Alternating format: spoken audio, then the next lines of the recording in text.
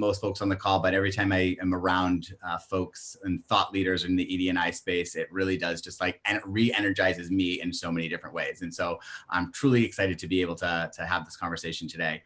As Romy said, I'm going to do a quick, little bit of a deeper dive conversation or introduction of myself. So again, Tony Martin, Program Manager for Equity, Diversity, and Inclusion here at TripAdvisor. I identify as a gay, cisgender, multiracial man. And I think for me, I've really made the work that I've done around ED&I a very much both a passion, but also a career opportunity. And so excited to talk to from our wonderful set of panelists and to hear their experiences and how they are going to be creating and how they have been venturing into creating a dialogue around DEI in their particular workspace. So I'm going to do, our panelists today include, we've got a couple of new additions here as well. So I'm going to just have them listed here. So first we have Adrian Lee from Tourism Cares, Beck Shapiro from Intrepid Travel, Jen Lawrence from Mashare, Lucy Zavalos from TripAdvisor, and Michelle Angier from Airbnb. And before we get started, I'm just going to mention that there is, as we had mentioned, if you want to do any conversations or chat pieces or questions, please utilize that chat box. This is really going to be a dialogue with all of us. So even for the panelists, if there are questions that sort of spark for each of you, feel free to ask each other those questions as well. And so I just wanted to jump right into the introductions of our panelists. And so I'm going to have you give the opportunity to just introduce yourself, tell us a little bit about your background and what got you into this work. And let's start with Bex. Yes, I remembered to unmute. So that's the first win of the day. Hi, everyone. I'm Bex. I work for Intrepid Travel, which is a sustainable adventure travel company.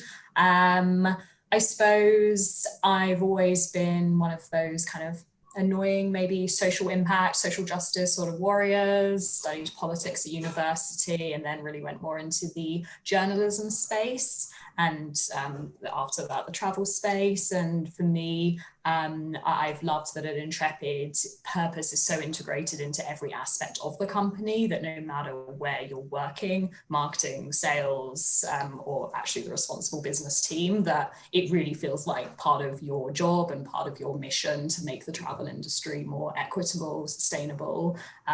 So, you know, it's always been part of my life, and I'm really happy to see this increased emphasis on it in 2020, one of the positives. So happy to be here, and thank you in advance for having me and for the conversation.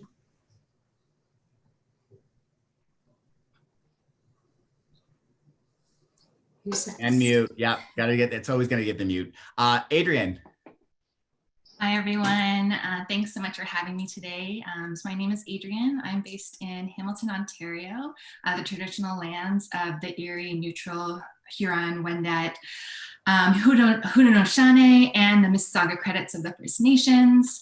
Really proud to and grateful to be here to be having this dialogue. I'm the Director of Global Impact for Tourism Cares. Tourism Cares is a 501c3 nonprofit organization. We're mostly based out of Boston, Massachusetts. And we really look at convening the travel and tourism industry to have a positive social and environmental impact on the destinations we all rely on.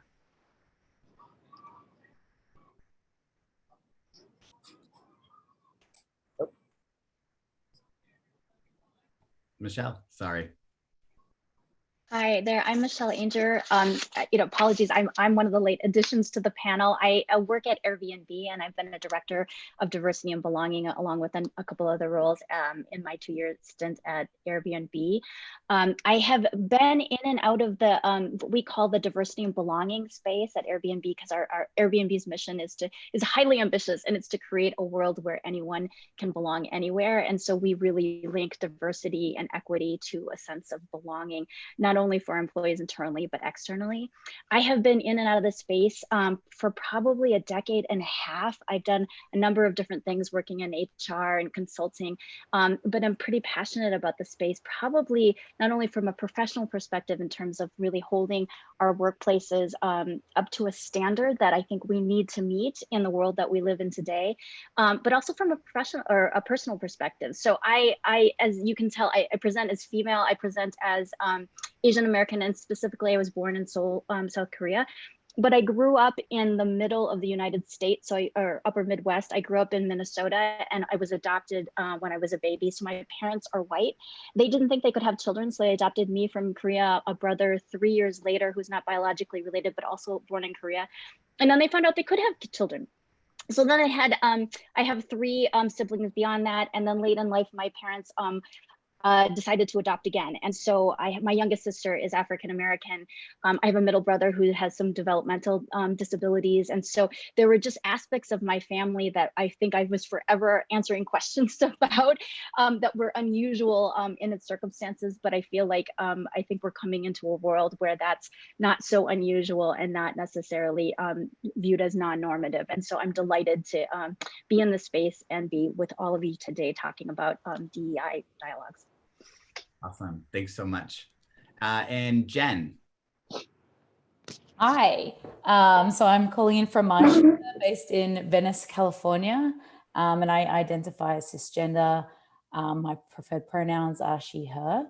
I would say that, as part of working with Marshall, we have some core pillars, 3 core pillars, which are pretty simple, of providing the best workplace, doing right by the environment, as well as positively influencing others. And I think that when you look at the intersection of all of those, it always comes down to JEDI. We call it JEDI, Justice, Equity, Diversity, and Inclusion work. And we're always looking at ways that we can further ourselves, further our progress. We're a certified B Corp, so we use that assessment and the work that B-Lab has done to really challenge ourselves and push ourselves to an area where we can be uncomfortable. I would say that growing up, I grew up in Australia. I'm a white Australian. However, I grew up on the lands of the traditional owners of the Kamilaroi people. And through that experience of growing up in that area, I was really exposed to the inequities of being a white person on Aboriginal land and what that meant for my peers, for my classmates, and the outcomes, which was so disproportionate to my outcomes. And that was very relevant and I would say full on in that, being in that experience in a small town where you knew what was happening when people were growing up, you knew where they would end up. And I think I've, made the decision as I grew up that I didn't want that to continue. I didn't want to be part of that system that upheld those inequalities. Awesome. Thanks so much, Jen. And lastly, Lucy. Hi, everybody. My name is Lucy, and my pronouns are she, her, hers. Really excited to be here. I think, throughout my whole life, I've always found myself as an advocate for others, for their sense of belonging. And I think this work really started out whenever I started my teaching career. So I'm a former educator.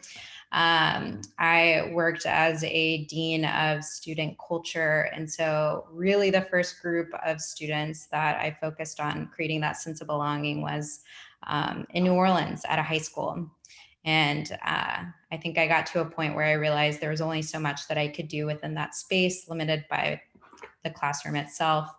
And I was looking for an opportunity to scale that sense of inclusivity and belonging, and which ultimately led me into the tech space. And I think there's a super unique opportunity to create that sense of inclusivity, especially within travel. And so I'm now a product manager, B2C product manager at TripAdvisor, and have really been focused on how we can build an inclusive platform.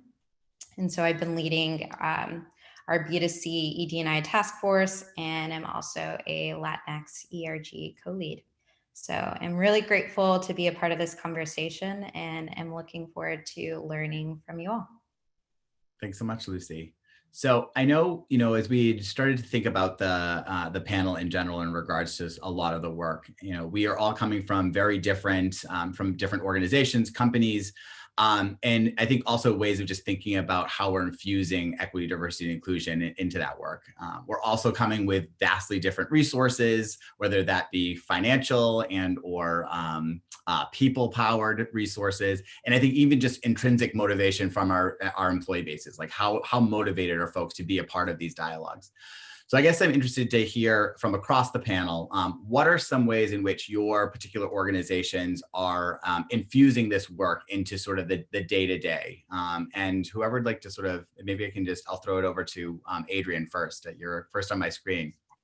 Sure, thanks, Tony. Yeah. For us, it was really this transformational change has to happen in sort of 3 different layers. Has to happen from an individual internalized layer first, before we can start to impact our interpersonal relationships and our organizations we work with, and then at the very top, the systemic institutions that society upholds with oppression.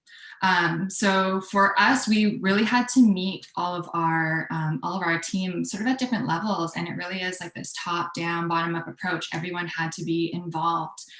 So we really focused at the beginning of our journey really on that internal personal change, and that had to do with like really building a foundation for people to have the emotional stamina to be able to do this type of work, and also the consciousness raising of what this work entails. So we started everyone off with a basic definitions list. Now I say basic, but it ended up being 7 pages long, and it took everyone over a month to fill in. But to be able to just sit down, give ourselves a few hours a week to just look at what those anti-oppression words meant to us, how they inform our implicit biases, how we react to those on a personal level, I think was really powerful for us, and gave us all at least a basic lexicon to be able to use, to be able to speak to this work when we start to read more about it, do more research, get out into the community and start to activate ourselves,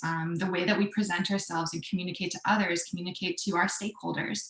And I really think that it was that foundation that has upheld us to be able to have that strong foundation, to be able to continue to commit and to continue to do this for the long haul.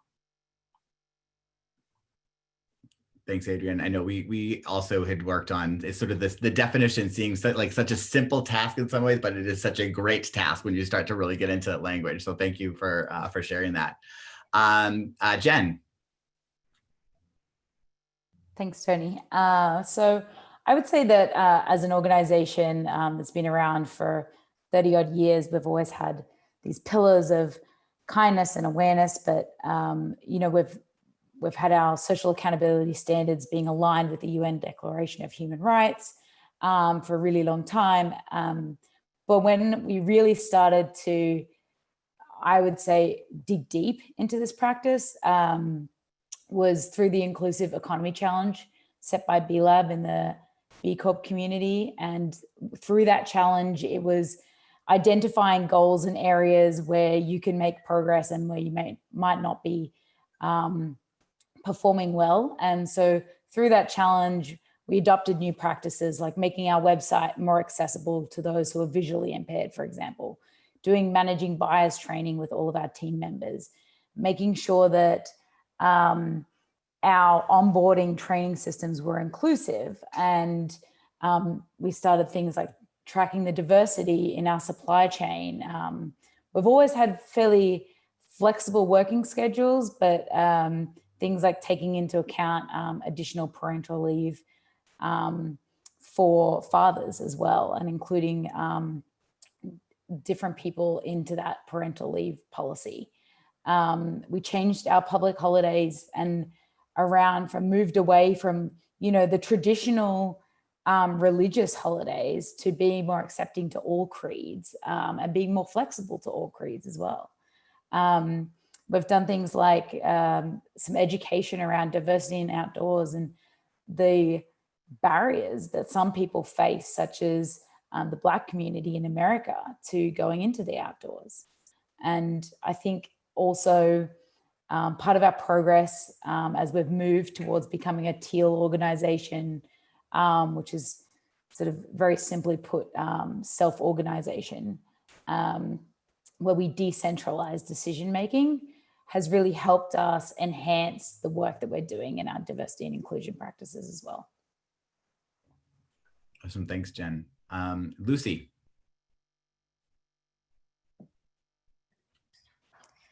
I think one of the first things that comes to mind is it can be really easy, right, to want to solve all the problems because there are a bajillion that we could start with. And so I think one thing I really appreciated about our approach was, and some of you mentioned, was this, action of looking inward.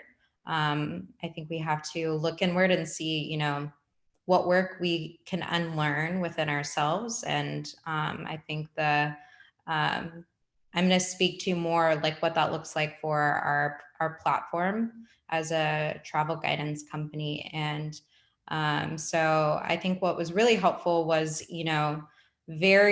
the very beginning stages, like defining, what are our 3 ED&I commitments as a company that we're going to commit to. And I felt like that gave us a compass on really leaning into action. And so one of those commitments focuses around how to create an inclusive platform. We want to help all travelers, but I think it was an opportunity, especially this summer, to understand, who are our travelers right now as we see them and who isn't a part of that vision, right? Like who's not included. And I think what we realized was, there are a lot of underrepresented groups who aren't the default, vision of who's included in our travelers. And so we started this work on understanding what gaps we had in representation. And so we've created a task force for the B2C org. We have a few, but this is the one that I'm a part of. And some focuses that we've had was, kicking off our research efforts on better understanding the US Black traveling community. We saw that there was a gap and an opportunity to better serve that community, and are looking to scale this process to other underserved groups as well. So that's been really exciting to see some insights already come out of that research. I think additionally, we've looked at some short-term wins. What are ways that we can leverage our content curation to increase representation and amplify diverse voices on our site? And so with Latinx Heritage Month, just ending, we had a really sweet opportunity where we had a lot of curation around Latinx travel influencers, some specific trips that, you could get Hispanic and Latinx cuisine across the US, or trips curated in Latin American countries. And so those are some examples of some short-term wins. And I think it's also going back to this idea of integration and looking inward, what are some processes that we could evolve to start to have an ED&I lens versus, a checkbox that we check in the work that we do. And so one recent update that one of our squads has been working on is, having a product inclusion component of our product specs. So there are some systems and processes we have in place, and by incorporating ED&I lens component into it makes it part of our DNA. And I think we're at the beginning stages of creating this, but the hope is that in the future, this becomes part of our norm and is no longer something that we think of separately than in the process of how we work. Awesome. Thanks, Lucy. Michelle, I'd love to hear some of the work that Airbnb has been doing. Yeah, I mean, it's such an interesting topic, this how to bring DEI dialogues into the workplace. And I was thinking about this in 2 different ways. One is like, how do you do these conversations right?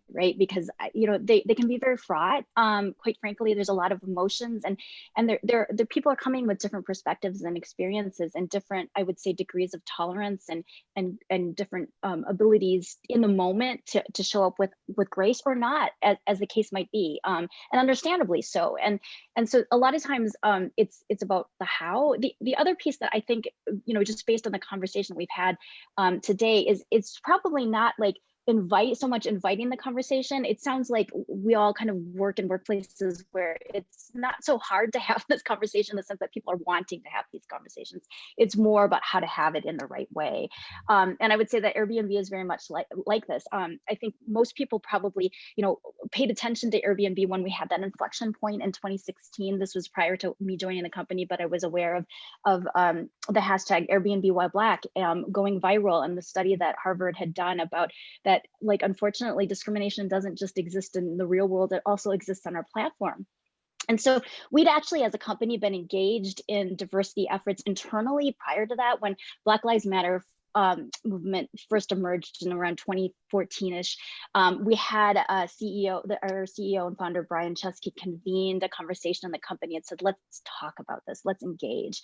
But what was harder for the company to do until probably more recently was to take that passion and momentum and commitment and sustain it through day in, day out, year after year, high points and low points in the company's business.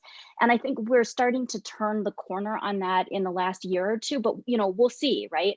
In the meantime, in 2016, we had Airbnb Why Black. And what the founders did is they took this moment to kind of understand that they had started the company with this kind of philosophy and really deep-seated belief that people are fundamentally good. And what happened is they discovered that we had created a platform in a world where we can't necessarily always assume that in all cases. And so they dug deep, saw this as a learning opportunity to make the platform and the community better and stronger, and put into place a community commitment. And so there were a number of different things that the company undertook at the time in 2016. Laura Murphy, who was a former ACLU director, was engaged to do deep analysis, meet with all of our founders, meet across the company about what is it that we could do, like more than one thing that we could do to make this a better, stronger community, given that this is what was happening, and ensure that anti-discrimination isn't a part of our platform when it comes up, that we have actions that we take. And so she wrote a report then, and she wrote another report just more recently last year, a 3-year report on giving updates. Some of the things were really simple, like, we hadn't been particularly thoughtful about when we were sharing profile pictures. And at the time, our business was really heavily dependent on approvals of hosts, of guests. And so what we did is we changed the profile, when that profile picture deployed, until after, a guest had been deployed, so that it couldn't be used in a discriminatory fashion. We also demanded everyone on the platform sign a community commitment, a commitment to non-discrimination. And there are about 1 million people who chose not to sign that commitment and no longer were a part of our community and platform. When we have incidents on the platform, we take swift action, and we have kicked a number of hosts, unfortunately, off of our platform due to their violation of our policies. And so we took it really seriously. Now, obviously, it's an ongoing business. There's more that we can do. But I think that really gave a lot of people who had been discouraged by this emerging heart that Airbnb was truly trying to do the right thing and would continue to do the right thing. When it comes to our internal community, we have about, we have a little over 4,000 employees globally, but we have 19 what we call Airfinity groups, or ERGs, and roughly 1,100 employees participate in one or more of those ERGs. We have over 114 chapters globally. And so we have a pretty activated, passionate employee base, particularly around diversity and belonging. So it doesn't take much to get a dialogue going. It really is more about, like, how can we have this in a respectful way? How can we, when we're feeling vulnerable, provide some measure of grace, or just protect ourselves in those moments and refrain from dialogue that might ultimately be harmful. So I'll pause there because I'm really interested in hearing what other folks have to say too. Awesome. Thanks, Michelle. And Bex.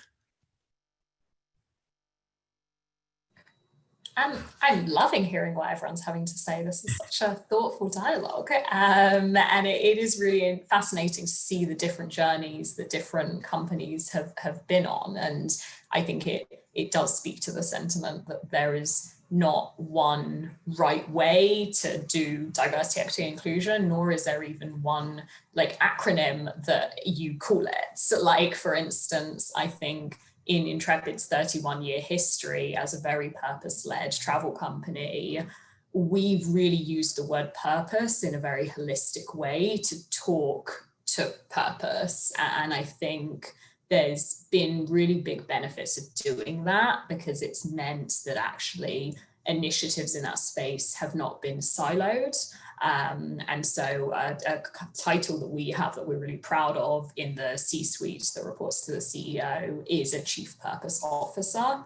And so we actually have the people team that reports to the Chief Purpose Officer, as well as the responsible business team, our nonprofit, the Intrepid Foundation team, and various other departments. So it really has that massive seat at the table.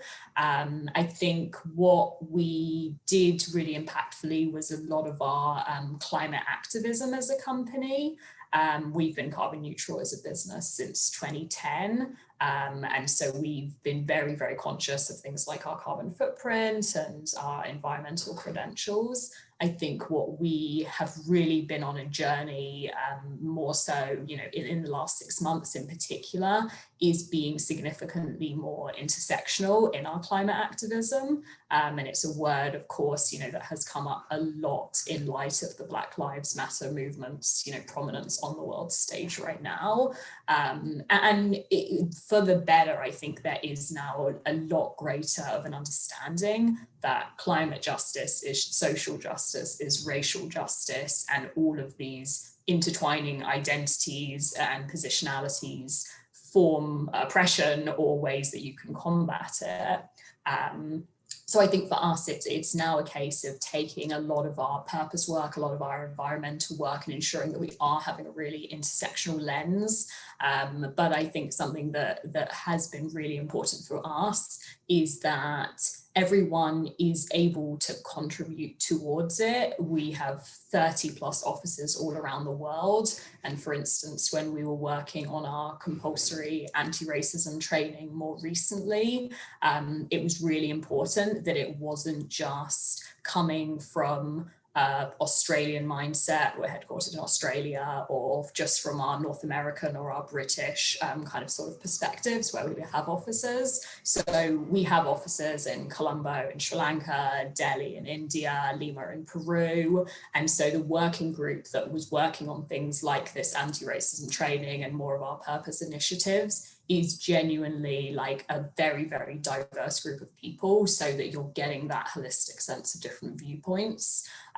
So I think the kind of Intrepid perspective of really not siloing this, making it very, very inclusive, it is something that I'm pretty proud of. And speaking as someone who works in marketing and has historically looked in the company at content creators and our blog and our social content, to be able to kind of have an impact in spaces that are not traditionally seen as marketing has been amazing, because I think that inclusive sense of the company really feeds into feeling more empowered to impact things that you're passionate about. And if you are passionate about the environment, you are passionate about travel, then you realize that the DEI issues are exactly that, if you have that kind of workplace culture bred.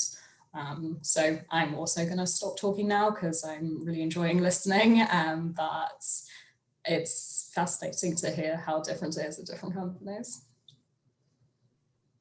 Awesome. Thanks, Beck. That's the great part about being like sort of the moderator. I get to sit and listen. I'm also like taking notes over here, like looking down here at all the great things that people are doing. So I think that there was, a lot of mention around like this being a journey, and we are all on very different paths, as well as, the beginning of the journey, and some of us in very far down that journey. And so I think the other piece around this is about sort of learning from some of the challenges that others may have had in this space around creating dialogue, specifically in the ED&I. And so I'm not going to give this to any particular person, but if somebody wants to sort of take this, mentioning maybe a challenge that you saw or found within this work that you really either had some successes for, or things that you learned from that. Anybody that wanted to take that? I'm happy to take it if you like. Awesome. Thanks, Jen. So yeah, I think a big challenge that most people probably find themselves in at some stage or another is just the hesitation. It's not wanting to do it, it's just the fear of making a mistake. And I feel like the biggest mistake is just not getting involved at all. And really being aware and accepting that these conversations, they get messy, they're hard. You're not always going to do it right, and you are going to make mistakes. And one of the things you just need to do is acknowledge that that's going to happen, and be okay with somebody coming up to you and saying, you know what, that hurt my feelings, or maybe that's not the best way to respond or the best way to act, or maybe we could do it a different way. And as long as you're open to that, I think then you can move forward. But not taking action is the biggest mistake that you could do. And we've found instances where we weren't sure exactly how to engage on an issue. We knew that it needed to be genuine, it needed to be authentic. And, you know, at the end of the day, we've found ourselves just being like, all right, we just need to dig in and get started. And definitely one of the things that we always come back to is we don't want to just go out and say we're doing something. We want to actually show that we're doing the work. So we don't want to do a social media post or some sort of PR release to anyone saying that we're doing something or make a statement. It definitely has to come down to everybody in the team being committed to taking action. And I think that everybody in our team is committed to taking action. I don't think that there's any single person who doesn't want to do the work. So we don't really have that issue, but we do find that if we're hesitating, then we just need to make a decision and move forward and take some sort of action. Thanks, Jen. Well, I'll talk a little bit about our journey with regards to allyship, which I think is a hot topic these days. And that is that, you know, the company prior to me arriving 2 years ago had engaged in, you know, offering unconscious bias training as well as allyship training. The allyship training model when I arrived was a little bit kind of peer training, if you will. Valerie Aurora, who's really well respected in the open source tech space, you know, often comes in and it was training people to be facilitators of allyship training. And what we found was happening, although there was a lot of great intent around that approach, was that it was essentially kind of speaking and preaching to the choir, if you will, in terms of metaphorically, that it was kind of reinforcing folks who were, you know, already had kind of passed a litmus test, if you will, that were already like, you know, super engaged and wanting to be engaged, and not necessarily engaging what, you know, is variously called the kind of the middle of the, you know, the middle of the pack, if you will, people who want to be engaged and to Jen's point, but may hesitate to take action. And, you know, what is getting in their way in terms of taking action? Because as Jen pointed out, it's really important to engage. And so what we found is maybe taking a page from a marketing book is that maybe the tone and the invitation really matters in this case. And so what we did is we engaged with an academic by the name of Dolly Chugg, who wrote a book called The Person You Mean to Be. And her take on this is that, you know, we all want to be good people, but it's not necessarily kind of a binary thing, that we should all be in the process of forming our goodish selves, if you will, and that it's a constant act of attempting to be good each and every day, each and every action, each and everything that we do. And that's all of us. We're all in this kind of state, and that's how we are, and we're all in it together. And she wrote a very insightful book called The Person You Mean to Be, and then came to speak at Airbnb. And we have rewritten our allyship curriculum really around this notion of, you know, we're all trying to be better people. We're good people trying to be better, aiming for better. And there's some things that can really help us understand where power and privilege play differently. You know, some people have headwinds in their lives that work against them. Some people have tailwinds in their lives that work towards them. And recognizing that, you know, that those different societal factors can really play a role in differential outcomes. And while we would love to believe everything is based on merit, it's all based on our individual hard work, we know that's not the case. And so helping people invite them more people along the journey and that dialogue, I think has really proven to be a differentiating factor for us. Yeah, I just want to add to what Michelle was saying. I think that's so important to bring people along in the journey. I think one of the challenges that a lot of organizations face is individual talent thinking, oh, well, if my organization is doing something, I don't personally need to do anything. The organization's got it and they can handle it. But that perpetuates ongoing oppression, ongoing harm. And I think it's this realization that us in the travel industry, you know, we're selling one of the most diverse products out there, but that's not necessarily reflected in the lens of equity in how we build these products. And that really diverse organizations, diverse companies are better for the bottom line. They sell better. You're bringing in different contexts, different thought leadership, different diverse backgrounds that are only helping to like create a more powerful, informed product that you know, is more representative of the different demographics that are growing out there. So don't just leave it for your organization to solve. I think everyone needs to be involved in that process. Thanks, Adrienne. Yeah, I'm happy to add on to what everyone said. I think am I okay too?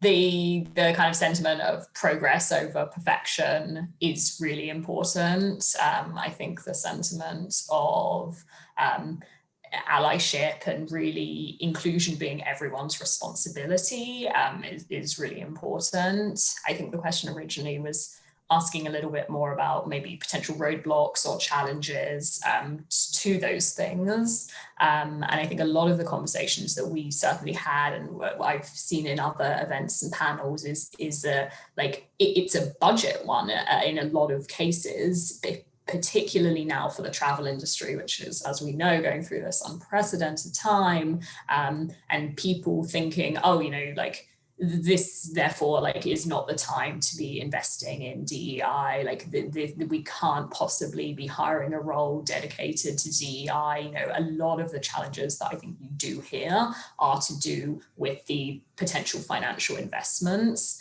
And I think in terms of almost overcoming that roadblock, it really is a bit of a case of that mindset switch and actually realizing that when it comes down to it, a lot of the time, the little things are really the big things when it comes to inclusion. And for instance, it's really, I think, been small steps that we've taken that have probably had more of an impact than actually larger steps when it comes down to it. And we see that in customer feedback. For instance, we encouraged everyone in the company to add pronouns to their email signatures, you know, something that it takes so little time, it's free, it is not a big financial investment, but it is one of those like signs that you care and you want people to feel comfortable. And I think similarly, particularly because Intrepid is Australian headquartered, but not even just because of that. Now when we have updates from our CEO and we have bigger company meetings, we start them off with land acknowledgements, and we really try and make them a little bit more personal to go beyond that kind of slightly pre-rehearsed line or two, so that when someone is giving that land acknowledgement, that it comes across as more thoughtful and something that is a bit more tailored to that individual kind of geographical location, I suppose. So I think it really is a case of like, yes, realizing that it's a journey, like, yes, realizing it's your responsibility, but also realizing that you can have a really large impact just from making small changes and really changing your kind of mindset and a few minor things, not having to overhaul every process and, you know, put all of your money into this kind of, you know, very different part of the business, really. Awesome. Thanks so much for that, Bex. You know, we are, so at TripAdvisor, I've been in the role for about a year and a half now. And as I mentioned before, prior to that, I was working in higher ed for about 11 years. And then before I arrived, we had the sort of our diversity and inclusion work starting about a year and a half before that. So we're kind of like 3 years into that journey. And I think, you know, we completely recognize that a lot of the work that we do within DEI is so US centric and sometimes just so Boston centric, right? Like that is sort of like how we're thinking, right? And so but we know that this work is global, right? And that there are complete nuances to this work. How it's defined is so different, vastly different across the globe. And so I'm interested to hear from the panel, just what ways are you really sort of trying to scale these dialogues to make sure that folks that are across your business, whether they're in different geos or regions, feel as though they're included in this work and not just left out? I don't know if maybe Michelle, do you want to start with that question? Sure, it's a really great question. It's something that we've been grappling with, certainly before I started at Airbnb. We are headquartered in San Francisco, and so when you said not just U.S. centric but Boston centric, that really resonated. Although we would swap in San Francisco for Boston, part of the challenge is, and this is what I explain to people, is that all three of our founders are still involved in our company and leadership roles, and they're all based in San Francisco. I don't know actually if this is still current, but if you looked at our composition, Stephen, last year, we have a higher proportion of our leadership based in the US than our general employee population. And so there's just this mentality that is sometimes, very hard to break. I've worked in other technology companies, and this is the most like US centric, and I would say San Francisco centric company I have worked in. And so, even something as common as like just thinking about, different calls in different time zones is not something that we always think through, which, in some companies is kind of common courtesy. When it comes to these dialogues, I think what we've tried to do is, there was a moment in June after the murder of George Floyd. Breonna Taylor was kind of coming more up in terms of the media awareness on social media, as well as Ahmaud Arbery. We had a conversation in our CEO Q&A forum where Brian hosted a panel of a number of our Black leaders in the company, just in this just incredibly emotional and painful moment we were having in the company. We had actually just a month earlier had laid off about 25% of our workforce, which is the first time Airbnb had ever done a massive layoff. You all are in the travel industry, so you know what happened earlier this year. And it was a direct reaction to the fact that we weren't sure if, when our business was going to come back. And so we were already coming off a pretty painful moment for the company, and straight into this moment of just social and just social injustice, unfairness, and death. And so we took that moment to have that conversation. We actually chose to end the panel conversation with, a moment of silence, honoring 8 minutes and 43 seconds. Just for the visceral experience and interaction. And then what we did is we created a kind of a series of programming, which we labeled Build Belonging. And we have been in the process of taking that programming that really came out of that moment, that rolled into what is actually a celebratory moment, which is Juneteenth in the United States, this moment of of freedom, of Black freedom, and had a conversation with the writer Carvel Wallace about what does Black freedom mean, and took that as the genesis of what we now need to do is global programming. And so while we very much view that as roots in injustice in the United States and in North America, because we have a strong presence in Canada as well, particularly in Montreal, we really do see the need to expand that programming globally. And things like discovering that UK has a Black History Month in October, which is very different than the US, and sharing that information and knowledge and honoring that moment. We are, I think, engaging in that, but I think we're earlier than we would like to be. Thanks, Michelle. Anyone else want to jump on that question? Adrian, maybe. Sure. Thanks, Tony.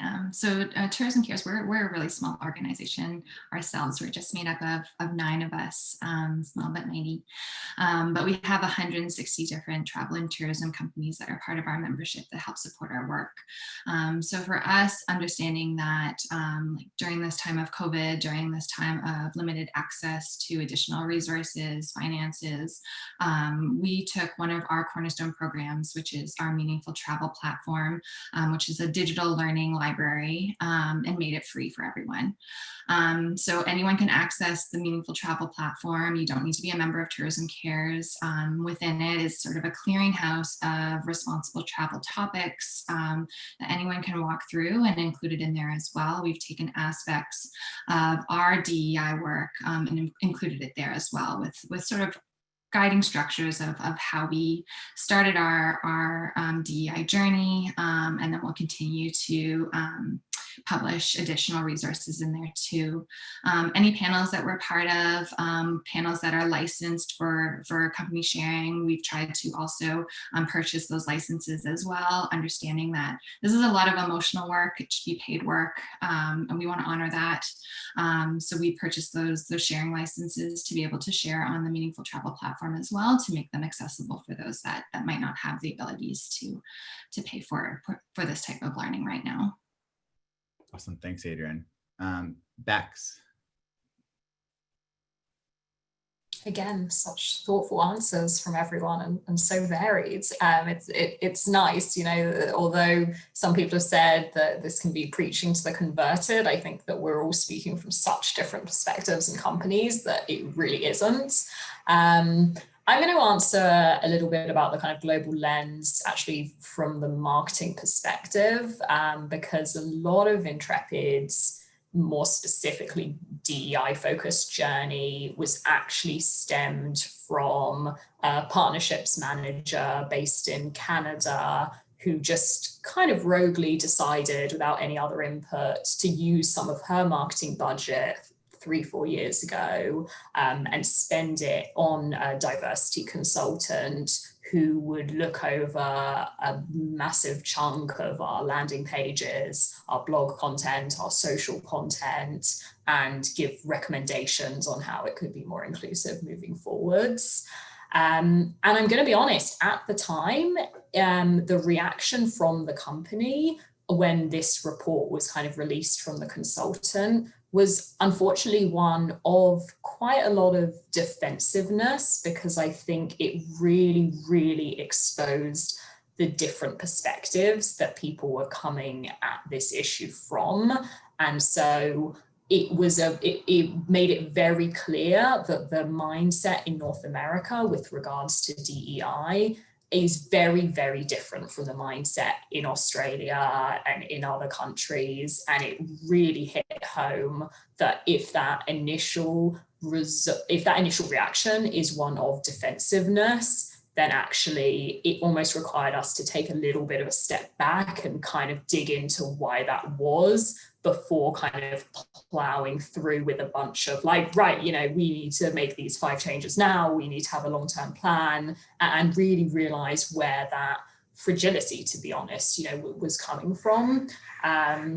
So I think it was a really great sign that a regional marketer in the company could have such an impact and could kind of provoke that reaction. But I think we've matured a lot as a company since then. And, you know, we're now at the point where, to be honest, I think a few years ago, our CEO would not have felt like it was his place to be talking about inclusion. And to be completely frank, that's because he's a white, able-bodied, cis man, you know, who would have just felt a level of discomfort stemming from privilege. And I think now, you know, what has really, really been the biggest difference globally is just taking that step back, like looking at why the defensiveness and the discomfort kind of like does appear in the first place, and then realizing that if we want to be better as a company and we want to take changes, that like, yes, it can come from the bottom up and it can come from other departments, and that's great. But actually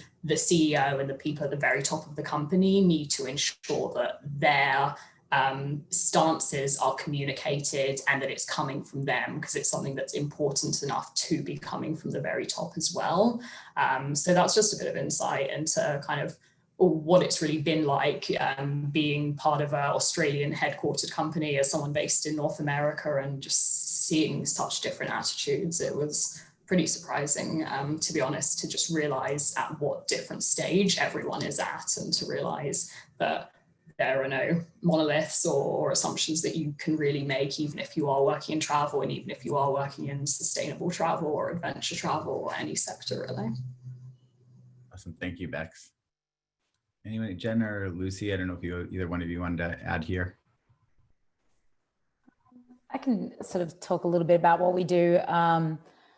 We have, people all over the globe working at MyShare, and I think that definitely there are different things that they're passionate about depending on what's happening in their local community on the spectrum. And what we've found is everybody has a passion in this space and under this umbrella of JEDI topics, and we've sort of learned about those passions through different things. When we went into our COVID lockdown, we started our work from home diaries where people would write personal diaries about what's happening in their day to day, only if they wanted to, voluntary, obviously, about what's happening in their life. And that really brought a lot of sense of humanity to what was going on in everyone's daily lives, whether they had children who they were balancing homeschooling with and other things and other commitments. And there was all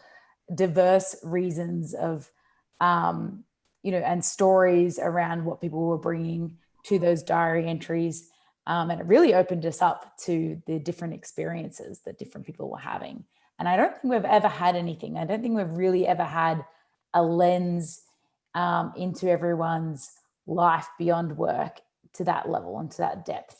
And so that's something that we've,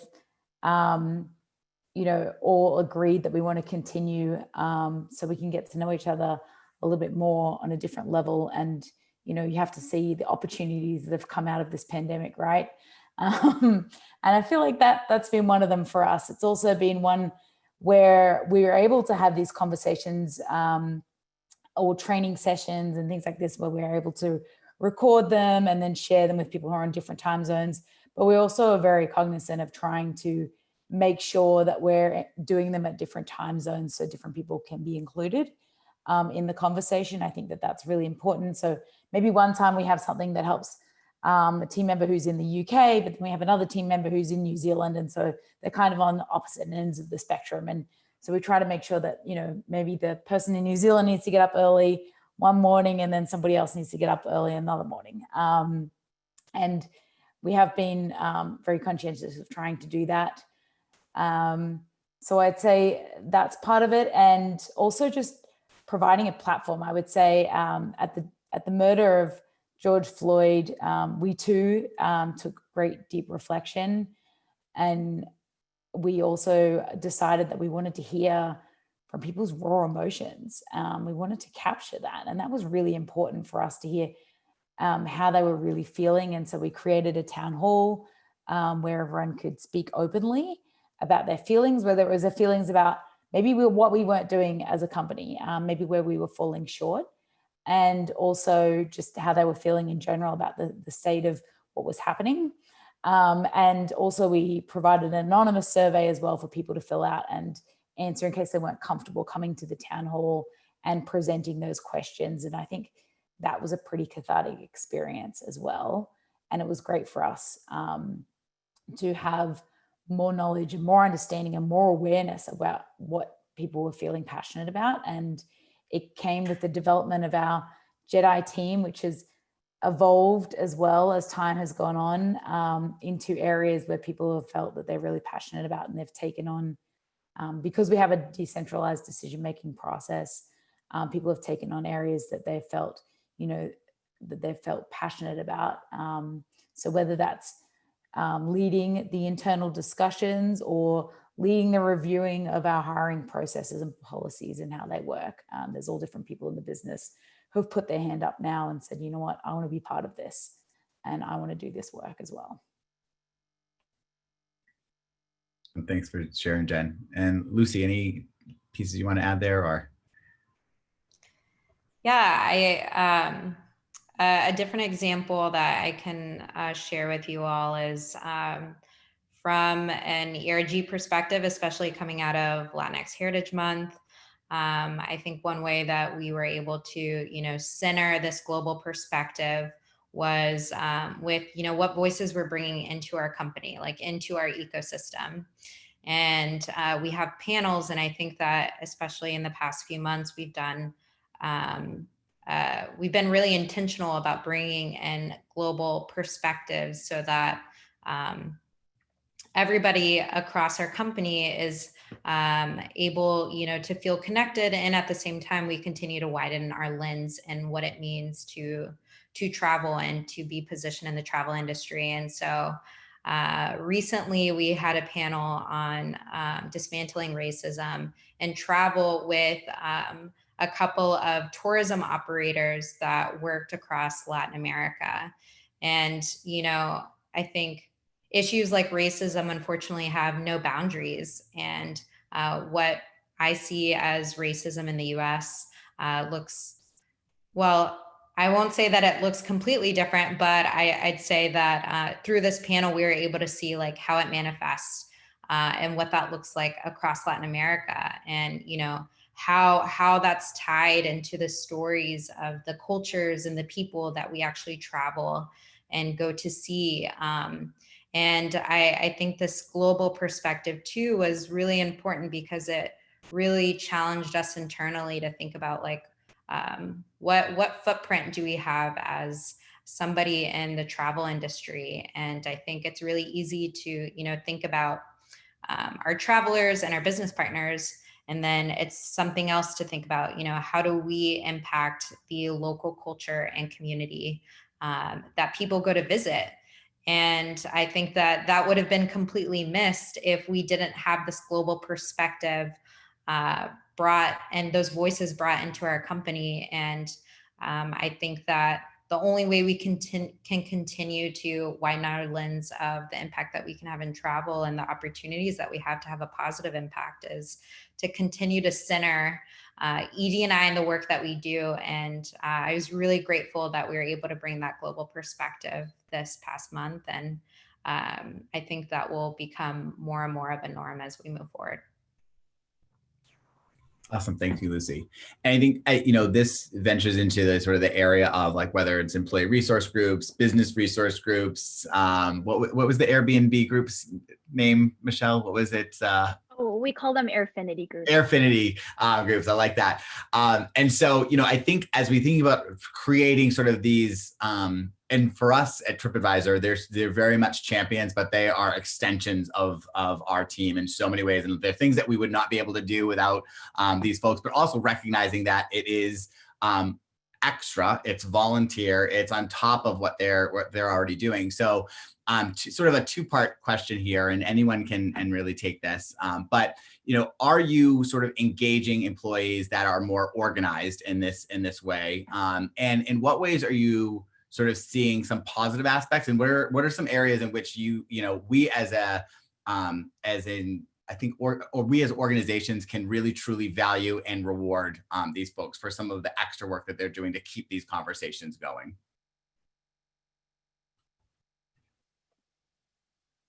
The risk of over talking, I'm pretty passionate about this area as well. I know TripAdvisor, I heard that TripAdvisor is as well. So I'm so glad that we're talking about this.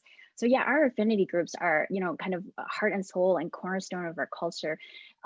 We consult them on a lot of different things. We formalized a group and a way of channeling some of that feedback, particularly on our marketing and creative work that we do. We actually have like some pretty fabulous designers, illustrators, partners that we work with. We're a fairly design-minded company, given that 2 of our 3 founders went to design school. But we don't always get it right, even with the best intentions. And so we created this group called Soundboard, which is actually a function to allow our creative personnel, whether they're working with outside vendors or developing materials internally, whether it's marketing, kind of like video production, or whether it's illustration, whatever the creative materials are, to consult with our employees and give their opinions about what's working, what's not. And it's been impactful. And so we've caught things that with the best intentions just wasn't executed, perfectly, because we move really fast and we're not thinking through all the different lenses that we can when it's, it's a handful of people working on anything. And so Soundboard is something that we're really proud of in the company, and in enabling that input to happen. And something else that we were in close consultation with our affinity group leads on was that we are publishing representation data internal to the company. So we created a number of different dashboards, which we call our diversity dashboards. So we're publishing different views on representation by global binary gender, by race, ethnicity in the US, by age above 40 and above globally, and adding to it as we're collecting more dimensions of diversity data as well. We'll start to probably share some of that visible minority data in Canada now that we're starting to collect that and have consent forms around that. And as we were putting together that data, we consulted with our affinity groups and said, look, this is what we're thinking about doing. What feedback do you have for us in terms of the type of data, the amount of data, the labels that we're using, which are deeply personal. And so we work quite closely with our affinity groups. Thanks, Michelle. Lucy, do you want to jump in this one? Yeah. So the question, Tony, was, I know what positive, like how is it how we engage with ERGs? And yeah, I think is how are we engaging with using, like, sort of like what should we be like sort of recognizing as like sort of that extra work and extra layer, and as an ERG leader, I think just from whatever you feel comfortable sharing, as you've got the ED&I person from TripAdvisor here talking to you, what do you feel sort of comfortable to share about what we should be considering as leaders in different spaces? Yep. First, Michelle, I love Airfinity. I love a good play on words. And I from my experience as an ERG leader and somebody really involved in our inclusivity work, I think there's a balance, right, that I think we're probably all trying to strike between making sure that our affinity groups feel included and at the same time aren't burdened. Because I know I personally am tired, especially coming off of this past month. And I think it's a mix of even as somebody who's super invested in this work to balance, taking care of yourself and at the same time being an inclusive champion. And so I think that that's something that I've been mindful of, especially as I've, been helping lead this B2C ED&I task force, because I think what it's done, I'd say a positive that's come out of this is that at TripAdvisor, we've essentially through this task force have created a space to invite product inclusion champions, and that spans across functions. It spans across affinity groups, people who aren't necessarily in affinity groups. And I think that that's really important because I think there are other people, of course, in our community that want to show up in this space and have an impact. And I think that that's super vital for us, ultimately being able to have a positive impact throughout this work is, by ensuring that this dedication and energy is widespread.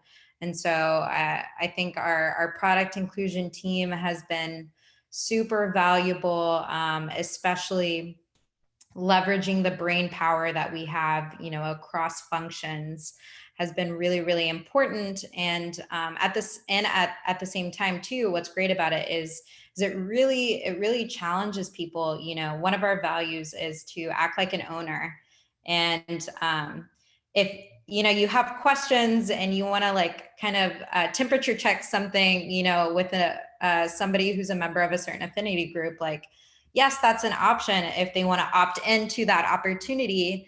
And at the same time, like, we can all Google it and do the homework ourselves and try to educate ourselves before, you know, we put that ownership on other people. And so I think it's been a really, really healthy journey for everybody to put on that hat and actually, you know, take steps ourselves to widen our perspective on what it means to have an ED&I lens. And ultimately, I think that's the goal, right? Is that this way of thinking is something, you know, that ultimately moves beyond a task force and is something that is embedded in our DNA as a company. And I think we're at a really promising starting point. And I thank our inclusion champions a ton for being a part of contributing to this momentum that we have right now.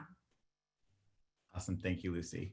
And so I know we're coming up towards time shortly, but we've got enough room for a couple more questions. And so I would love to hear, I think, and this is sort of honing in on something that you just said, Lucy, which is the amount of smiles I've seen on this call, as well as just sort of like head nodding, writing down of things, is so rewarding. But at the same time, honing in on the word that you just used, which was exhausted, Lucy, is exhausting as well, right? And so I think, you know, we are all, whether this is a formal part of your job or a passion area, which you make sure is a part of your job in some ways, we're all sort of doing this, and we've got our own personal lives happening, what's going on in the world is happening around us, and then sort of navigating what's happening in the workplace. And so I would just love to hear from all of you across the board, like how do you sort of navigate this work, keep yourself in a place of levity as you're working on it, and what do you do to sort of like decompress in that space? And I want to start with Bex, since you're first on my list here. I mean, there's definitely the struggle that everyone has spoken to, and I think actually, you know, you can turn that struggle on its head and hopefully turn it into a bit of a positive if you can bring your own vulnerability and humanity into those conversations. I think we've kind of alluded to the importance of integrating inclusivity. And I think, you know, how can you ensure that DEI isn't siloed? You normalize speaking about every aspect of it, and you try and bring it into the day-to-day of your role in as much as possible, I think. And so I suppose, like, kind of an example from looking at Intrepid social blog content and our other kind of comms that I deal with, we've really tried to almost step back from actually looking at things such as Black History Month or like very specific milestones, where that's sometimes the only day, week, or month that kind of underrepresented group is almost given as a mouthpiece. And we've really tried to integrate those diverse, you know, perspectives and voices into what I would consider kind of our BAU, like our business as usual content.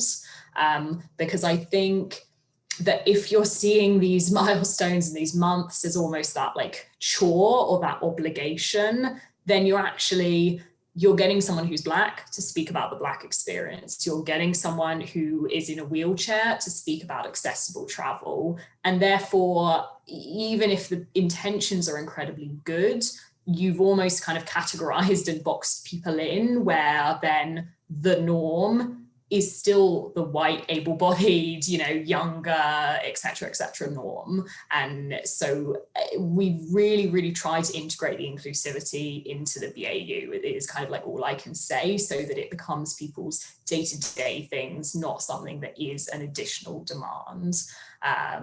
But, you know, like I think though everyone has struggled with their mental health, with finding balance, and that the vulnerability and the humanity is just the way to lead those discussions. And you kind of do have to trust, as people have kind of spoken to, that people do want to do good, they do want to improve, and that we're all on a journey. We're trying to be the best we can be, but we're humans, we're flawed. And so a little bit of kindness and kind of giving people the benefit of the doubt, I think is important, as well as the integration into the day-to-day, really. Awesome. Thanks, Bex. Adrian. I think, yeah, definitely resonate with Bex, what you said. I also wanted to add onto what Jen had brought up earlier. I think really leaning on your allies as part of this work is really important. I know MustShare for us has been a huge resource for us. Being such a small team, we've definitely been able to tap into their resources. They've definitely checked in on us to see how we're doing, what we need. Could they share with us? Could they collaborate with us? So I'm forever grateful for their friendship and their kindness. And then with us too, like, it's a privilege to be able to learn about oppression versus experience oppression. We have the ability in our team to be able to block out hours to learn about oppression, to look at how we can be part of the solution, to look at our DEI strategy and figure out what that looks like for each of our programs, each of our teams for the 6-month term, 1 year, 2 to 3 year, and look at how we reevaluate those to make sure that we are reaching these targets and are resourced to be able to reach these targets. So I think, you know, what has been such a lovely silver lining, I think, during this pandemic is to see the level of collaboration that companies that, you know, could have been your former competitors before have really reached out to lift up the entire industry as a whole to make it more resilient and hopefully more equitable as we come out of this. Thanks, Adrian. Jen. Yeah, I would second that what Adrian said, actually. Collaborating, working with an industry. I mean, I look at where the travel industry is now and the fact that we're even sitting here having this conversation and where it's come from 5 years ago, and this never would have happened. So that's a motivating factor, right? As someone who works, our business works not only in the travel industry. For those who don't know, we make products for gifting and loyalty programs in a sustainable way. But we also work in the beauty industry and retail and many other industries as well. And so I see the level of work across different industries. And I think, you know, to see this progress in travel is phenomenal and is something that is to be applauded. It's not to say that, you know, we give ourselves a pat on the back and the job's done. It's not.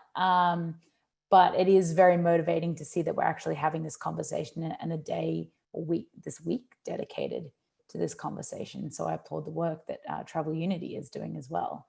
I think it's really important, and I think it should continue.